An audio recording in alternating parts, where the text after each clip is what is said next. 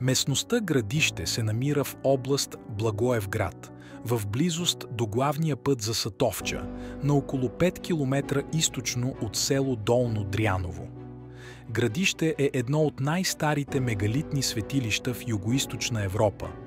Мегалитните светилища са структури, изградени от огромни камъни или плочи, прикрепени едни към други.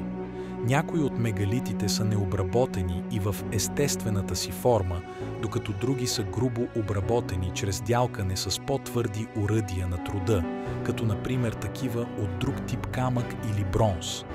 До 2006 година за преисторическата местност са знаели главно местните хора, но тогава професор Тодор Бояджиев попада в парка по време на случайна разходка.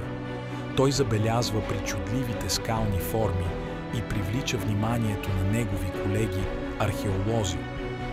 Археологичните проучвания сочат, че историята на преисторическия парк започва през каменно-желязната епоха, около 7000 години преди Христа.